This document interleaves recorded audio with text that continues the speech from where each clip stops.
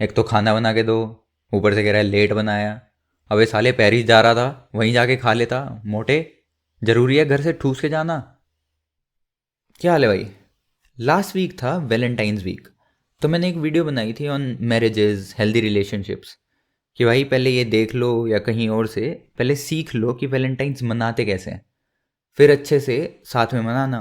वरना फिर लड़ पड़ते हो, लड़ झगड़ के फिर ब्रेकअप हो जाता है, फिर रोते रहते हो। अब लोगों ने सीखा तो होता नहीं, वैलेंटाइंस चला गया। अब उसकी बात करते हैं जो आगे होने वाला है, breakup, divorce. Welcome to the 16th episode of understanding the existence. और आज हम यही देखेंगे कि ब्रेकअप्स, डाइवोर्सेस ये होते क्यों हैं, हेल्दी होते हैं या अनहेल्दी होते हैं, कब हेल्दी होते हैं, कब अनहेल्दी होते हैं, so that we can make the right choices for ourselves और हमें सफ़र ना करना पड़े, ताकि हम चिल कर सकें। So let the chills begin. अब भाई मेरी वीडियो समझने के लिए, इंक्लूडिंग दिस वन, देखने वाले का समझदार होना ज़रूरी है। It is a pre requisite.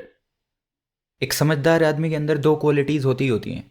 First is, I know that I don't know a lot of stuff. तो मेरे को कोई भी अगर कोई बात बोलता है, नई इन्फॉर्मेशन देता है, चाहे छोटा बच्चा दे रहा है, चाहे कोई बूढ़ा अंकल दे रहा है, या मेरा दोस्त दे रहा है, तो फर्स्टली आई थिंक कि हाँ, ये जो बता रहा है वो भी ठीक हो सकता है, जो मेरे को पता है वो भी गलत हो सकता है। Then we verify the information. दूसरी क्वालिटी है भाई, simply they want to grow, कि मैं जैसा हूँ आज, मेरे को इससे बेटर बनना है। एक छोटा बच्चा जब पैदा होता है, उसको बोलना नहीं आता, चलना नहीं आता, कुछ नहीं करना आता, तो उसकी स्किल्स की वैल्यू इफेक्टिवली ज़ीरो होती है। फिर जब वो बड़ा होता है, चलना सीखता है, बोलना सीखता है, तो उसको नमस्ते करना सिखा देते हैं। फिर घर में कोई जब भी गेस्ट आता है तो अच्छे से वो उनका वेलकम करता है, तो उसकी वैल्यू बढ़ गई। थोड़ा और बड़ा होता है तो उन गेस्ट को चाय पकड़ानी सिखा देते हैं, ले ट्रे में चाय ले जा। फिर वो ढाबे पे छोटू वाला काम सीख गया, डिलीवरी वाला, और वैल्यू बढ़ गई। ये चीज़ें घर पे सीख रहा है, साथ साथ वो स्कूल में एजुकेशन ले रहा है, तो उस एजुकेशन से उसकी और वैल्यू बढ़ रही है। फाइनली जब वो डिग्री वगैरह कर लेता है, ही गेट स्पेशलाइज्ड इन समथिंग, उसके बाद वो उस लायक बनता है कि किसी को कह सके कि ले भाई, मैं तेरे लिए ये काम कर दूंगा, अब मेरे को इसके लिए तनख्वाह दे दे। अब वो तनख्वाह किस पे डिपेंड करती है कि किस आदमी ने अपने उन 25 साल में कितनी ज़्यादा, कितनी अच्छी चीज़ें सीखी हैं। जिसने ज़्यादा अच्छी चीज़ें सीखी होंगी उसकी तनख्वाह ज़्यादा होती है, जिसने कम सीखी होती है उसकी कम होती है। जिसने सीखी ही नहीं होती वो कंप्लेन करते रहते हैं, भाई सरकार हमें नौकरी नहीं दे रही।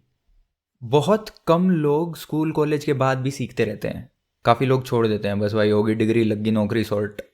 जो उसके बाद भी सीखते रहते हैं वो होते हैं समझदार आदमी। और ऐसे लोग जिनके अंदर ये दोनों क्वालिटीज़ होती हैं, they are very rare, less than 1%। और वही लोग हैं जो लाइफ में सक्सेसफुल हैं, जिनको तुम देखते हो, जिनके साथ तुम्हारा फोटो खिंचाने का मन करता है। भाई किसी भी रिलेशन में दो लोग इन्वॉल्व रहते हैं, हस्बैंड वाइफ, भाई बहन, बाप बेटा, दोस्त दोस्त, हुए ना दो लोग। तो उनके बीच के रिलेशन की हेल्थ उन दोनों लोगों पे ही डिपेंड करती है और किसी चीज़ पे डिपेंड नहीं करती। इस बेसिस पे कोई भी शादी चार तरीके से क्लासीफाई हो सकती है। या तो हस्बैंड भी ग्रीन फ्लैग, वाइफ भी green, husband red flag, wife green, husband green flag, wife red flag, या फिर दोनों ही रेड फ्लैग। अब भाई ये चारों चारों केसेस समझने के लिए let's take an example of a marriage. एक आदमी था भाई, संता, और उसकी वाइफ संती। संता और संती ने प्लान बनाया कि भाई अभी समर्स आ रहे हैं, हम पेरिस घूमने जाएंगे, वैकेशंस करके आएंगे। इनकी थी भाई 10 बजे सुबह फ्लाइट। ये घर से निकलने में हो गए लेट, 9 बजे निकले और फ्लाइट गई छूट। तो बीटी हो जाएगी ना भाई। पहला केस तो हो गया जहाँ पे हस्बैंड संता भी समझदार है और वाइफ संती भी समझदार है। इस केस में क्या होगा कि संता करने लग जाएगा, यार अरे सॉरी यार संती, मैंने कैब कराने में लेट कर दिया, अपनी फ़्लाइट छुड़वा दी। संती वुड बी लाइक, अरे सॉरी यार संता, मैंने ब्रेकफास्ट बनाने में लेट कर दिया, उसकी वजह से अपन लेट हो गए, फ़्लाइट छूट गई। तो दोनों लोग अपने अंदर से जो उनकी गलतियाँ हैं उन पे फोकस करेंगे कि हाँ मेरे से मिस्टेक हो गई, आगे से नहीं होगी, and the conflict is resolve. Actually conflict हुआ ही नहीं। सेकेंड केस में husband Santa is a red flag और wife Santi is a green flag. अब फिर से इनकी फ्लाइट छूट गई, तो Santi as a good green flag person जाके संता को कहती है, अरे सॉरी यार संता, मैंने ब्रेकफास्ट बनाने में लेट कर दिया, उसकी वजह से फ़्लाइट छूट गई। अब संता तो है ही रेड फ्लैग, तो चढ़ गया उसके सर पे, हाँ खाना तो बना के देती नहीं, एक तो घुमाने ले जाओ, ऊपर से लेट करा दो, फ्लाइट छुड़वा दी मेरी। समझ रहे हो? इतना सुन के संती को भी गुस्सा आ गया भाई, नेचुरल सी चीज़ है। तो उसने बोल दिया, अबे साले तूने टाइम से कैब नहीं कराई, उसकी वजह से लेट हो गए, ब्रेकफास्ट तो हमने कर लिया था। इतने में संता ने संती के बजा दिया, क्योंकि गलती मानने को तो भाई रेडी है नहीं। अब ये कॉन्फ्लिक्ट रिजॉल्व थोड़ी हुआ। संता अगर गलती मान के अगली बार से ये गलती ना करता तो ग्रोथ होती, फिर फ्लाइट के लिए लेट नहीं होते। लेकिन सेम चीज़ फिर से रिपीट होगी। अगर अगर संती ने टाइम से ब्रेकफास्ट बना भी दिया, फिर भी ये गलती तो सॉल्व नहीं हुई ना, तो फिर से सेम कॉन्फ्लिक्ट होगा, फिर बेचारी संती पिटेगी। तो जब these conflicts get piling up so much कि देयर कम्स अ पॉइंट कि जो अच्छी चीज़ें थी अबाउट दैट रिलेशनशिप वो दिखनी ही बंद हो जाती हैं। That is the point of divorce. तीसरा केस जिसमें हस्बैंड ग्रीन फ्लैग है, वाइफ रेड फ्लैग है, वो भी सिमिलर सही है। वही फ्लाइट छूट गई। इस बार संता कह रहा है, अरे सॉरी यार मैंने कैब कराने में लेट कर दिया। संती, हाँ एक काम दिया था वो तो होता नहीं है, ले जाएगा मेरे को घुमाने, आ गया बढ़वा कहीं का। अब अगर इस पे संता कह दे कि तूने खाना बनाने में, ब्रेकफास्ट बनाने में लेट कर दिया, तो वो फिर सर पे चढ़ जाएगी। एक तो खाना बना के दो, ऊपर से कह रहा है लेट बनाया। अबे साले पेरिस जा रहा था, वहीं जाके खा लेता मोटे। जरूरी है घर से ठूस के जाना। और ये रिलेशंस में बुली करने वाले लोग असल में बहुत फुद्दू होते हैं। ऑफिस में जाते हैं, इनका मैनेजर इनकी लेता रहता है, हाँ जी सर करता हूँ ना काम, सर थोड़ा लेट हो गया, वीकेंड पे कर दूंगा। क्यों? क्योंकि मान के बैठे अगर मैंने सच सच उसको बोल दिया कि भाई मैं वीकेंड पे काम नहीं करूँगा, तो मेरी तनख्वाह काट लेगा, मेरे को नौकरी से निकाल देगा। वहाँ पे फटी में मरवाते रहते हैं। उससे होती है बीटी। अब बीटी कहीं तो निकालनी पड़ेगी, तो घर पे आके उस इंसान पे निकालते हैं जो इनकी बातें सुन लेता है। अगर बाहर में दुनिया कंट्रोल नहीं कर पा रहा तो घर में तो सब कुछ कंट्रोल कर लूंगा। That's their point of view. ऐसे लोगों को नार्सिसिस्ट कहते हैं।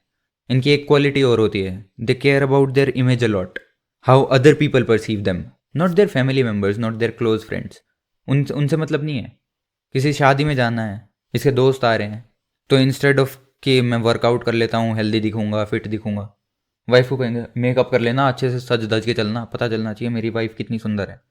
अबे साले सांड, सुअर के साथ घोड़ी लग रही है, अच्छा थोड़ी लगता है ऐसे। और अगर ऐसे लोगों को कोई समझदार पार्टनर मिल भी जाए, संती जैसा ग्रीन फ्लैग पार्टनर, तो भी नहीं सुधरते। वो कहेगी भाई अगर इतनी बीटी है तेरे को जॉब में तो छोड़ देना। फिर एक और रेप्टा, तनख्वाह तेरा बाप लाएगा। फिर क्या होता है, अगर संती डाइवोर्स ले ले तो ठीक है, वरना she becomes a victim in the home. तो बाहर जाके वो बुली बनेगी। घर पे वो मार खा रही है, घर पे डांट खा रही है, तो बाहर जब वेटर से डील करेगी उसको डांट देगी। घर पे कोई जोमेटो का ऑर्डर देने आया उसको डांट देगी, अपने बच्चे को पीट देगी। तो एक जगह बीटी इकट्ठी हो रही है तो दूसरी जगह निकलेगी ही निकलेगी। अब आते हैं भाई चौथे और सबसे खतरनाक टाइप के कपल पे, जहाँ पे दोनों ही रेड फ्लैग है, हस्बैंड भी रेड फ्लैग, वाइफ भी रेड फ्लैग, दोनों बेवकूफ़। इसमें क्या होता है कि दोनों ही नार्सिसिस्ट हैं, तो एक ज़्यादा डोमिनेंट होता है, वो बन जाता है बुली, और दूसरा बन जाता है विक्टिम। और ये साथ में बन के क्या बन जाते हैं, टेररिस्ट ग्रुप। वो जो जो ओप्रेसर है वो बाहर से भी बीटी इकट्ठी करके लाता है, घर पे विक्टिम पे निकालता है। अब विक्टिम जैसे ही घर से बाहर निकलता है, वो दूसरे लोगों को वो बीटी छोड़नी चालू करता है। टेररिस्ट ग्रुप भी तो ऐसे ही काम करते हैं। हिटलर ले लो भाई, हिटलर था एक नार्सिसिस्टिक आदमी। उसको लगता था जो मैं मानता हूँ वो सही है, ये सारे मरेंगे तभी तभी दुनिया सुधरेगी। उसने बनाए इमोशनली बहुत सारे विक्टिम्स, इमोशनली मैनिपुलेशन से, साइकोलॉजिकल स्पीचेस जो भी है, उसके इतने सारे विक्टिम बन गए। अब वो विक्टिम क्या कर रहे हैं, उसको भगवान मान रहे हैं कि हाँ भाई जो इसने कह दिया प्रॉपर सही कह रहा है, इसमें कोई गलती है ही नहीं।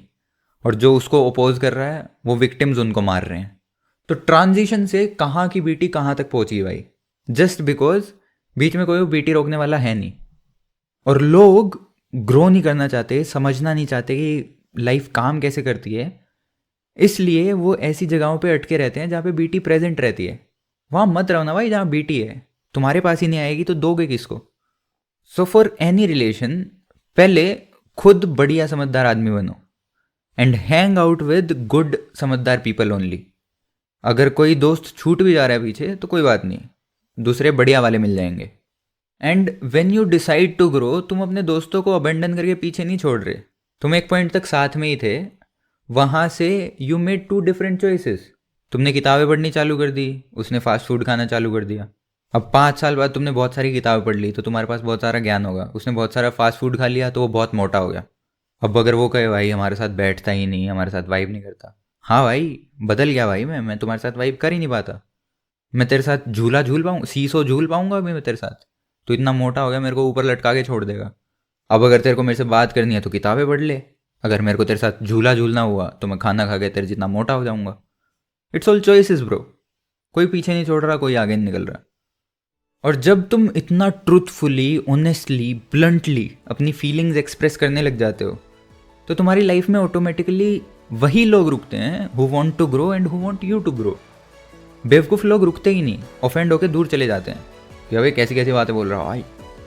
And again these ideas work for all relations, business partners, भाई बहन, बाप बेटा, माँ बेटा, किसी के साथ भी, किसी भी रिलेशन में तुम ये आइडियाज़ लगा सकते हो। द मेन थिंग इज समझदार बनो, सच बोलो, गलत रिश्ते बनेंगे ही नहीं।